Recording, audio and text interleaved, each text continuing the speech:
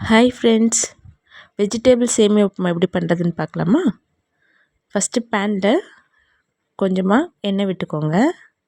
எண்ணெய் விட்டதும் எண்ணெய் காஞ்சதும் கடுகு சீரகம் போட்டு பொரிய விட்டுக்கோங்க.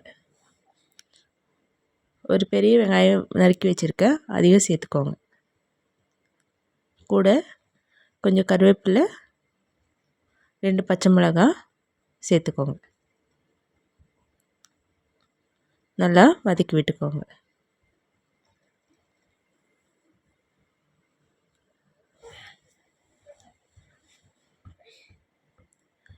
கொஞ்சமாக உப்பை சேர்த்து வதக்கிக்கோங்க. கொஞ்சமாக மஞ்சத்தூளும் சேர்த்து வதக்கிக்கோங்க.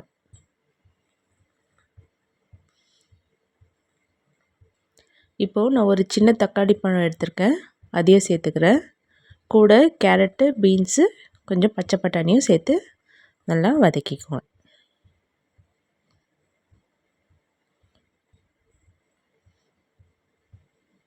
நல்லா எண்ணெயிலேயே நல்லா வதங்கணும்.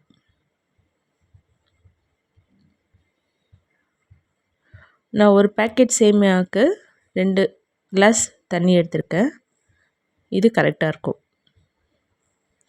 அதையும் சேர்த்து வதக்கி விட்டுக்கோங்க. இந்த டைமில் உப்பும் டேஸ்ட் பார்த்துக்கோங்க.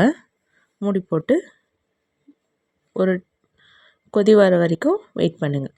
நல்லா கொதி வந்ததுக்கப்புறமா நான் அணில் சேமியா பேக்கெட் தான் எடுத்திருக்கேன், அதையும் சேர்த்துக்கிறேன். நல்லா கலந்து விட்டுக்கோங்க.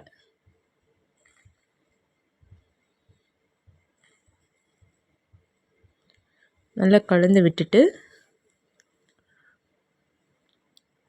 மூடி போட்டு ஒரு 10 மினிட்ஸ்க்கு மூடி விட்டுருங்க.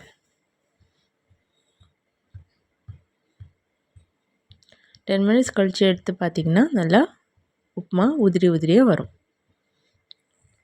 லாஸ்ட்டாக கொஞ்சம் கொத்தமல்லி தழை தூவி இறக்கிக்கோங்க. ட்ரை பண்ணி பார்த்துட்டு எப்படி இருக்குன்னு சொல்லுங்கள். தேங்க்யூ.